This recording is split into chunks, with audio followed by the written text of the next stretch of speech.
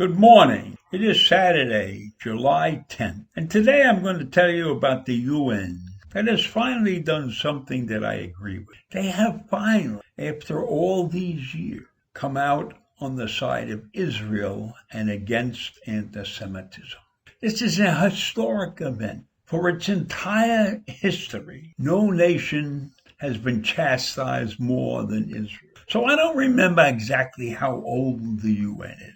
Maybe from 1948 on. So we're looking at 60, 70 years of blatant anti-Semitism in the halls of the UN. But this year, just recently, the UN has come out with a proclamation against anti-Semitism in favor of Israel for the first time in my memory, and I will bet you it's the first time in anybody's memory. Condemnation this week came when the UN adopted a global counter-terrorism strategy that unequivocally condemns the terrorist organization's use of civilians as human shields. Now we know who does that. But included in that condemnation is a condemnation of anti-Semitism or anti-Semitic terrorism, as they called it, was recognized for the first time and condemned. Well, I have never really thought much of the UN for various reasons. Because when you look at the index of democracies, you'll find out that there are two categories of democracies: full democracies and what they call flawed democracies. And in actuality, the United States is a flawed democracy, very clearly defined in the definition of what a flawed democracy is. So for your information, a flawed democracy represents political turmoil and corruption. And we know we have both of those things in this country. And the other thing that's important about being a flawed democracy is that you have a very poor voting record, when only 50 or 55% of the population votes. So those are the reasons why we are considered a flawed democracy. But when you look at all the democracies put together, the flawed and the full, of the 192 nations in the UN, there are roughly 60 to 70 democracies. And then you have authoritarian rules, and you have dictators, and you have many other things. So when you look at the majority of the countries in the UN, they are not democratic. Therefore, this step about anti-Semitism and the mere fact that they can mention in this charter using humans as shields and anti-Semitism is a step in the right direction. But given the makeup of the UN, I don't know how effective they're going to be, even though they have declared openly that anti-Semitism is terrorism. I believe that this is a step in the right direction. I also believe, because of the nature of the UN, that this is a very small step. But it indicates that there are people in the UN that have come to realize that anti-Semitism and other forms of terrorism are not really acceptable. And so the recognition of terrorist acts against religious and ethnic communities is of paramount importance, as they said. And many in these halls have witnessed these types of attacks in their own countries.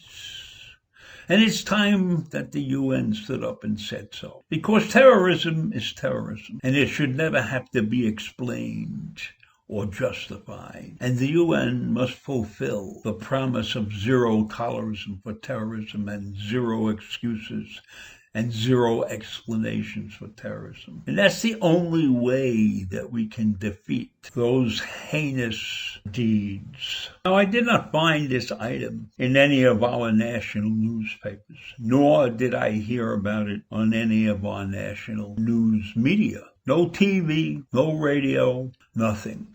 I found this article in the World Israel News, because the Israeli delegate to the UN had been fighting for this to happen, I guess probably since Israel joined the UN. And for the first time, there are some results against anti-Semitism. But it's shocking that in the United States, where this has become an issue, a major issue, that there was no article or no spoken word about it from our newspapers or our TV stations. Are we oblivious to what's going on around the world? Are we so wrapped up in our own little riots and things that we don't recognize what's happening right in front of us? Sorry situation that we have in this country right now. We have two major factions going at one another who should be working together simply because of the actions that they have taken against some cause that they believe in. And there's much information that has been disseminated that is false.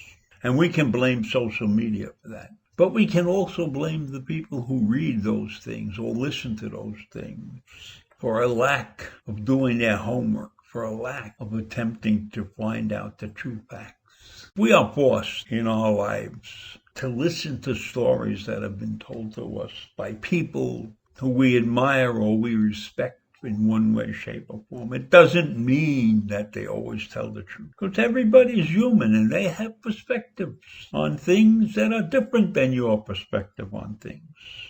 So why do you believe that your favorite newscaster or your favorite reporter is always going to write the absolute truth? My money, you have to look at things 2 or 3 or 4 times before you truly understand what was being said.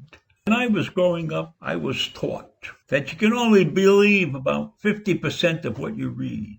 And you can only believe about 50% of what you hear. And that you can really only believe about 75% of what you see. And I find that hard to believe, but I have found out over the years it's true. How many times have you seen something and you didn't see it properly? Or your remembrance of what you saw is inaccurate. And maybe that's more of it than actually what you see. So I believe that we need to look carefully at everything we proclaim to be what we want. Look and make sure that what you see is really what you think it is. So that's a complicated process. And let's see if the proclamation at the UN turns out to be anything worthwhile. So I leave you with that today. And I'll see you in the morning. Bye.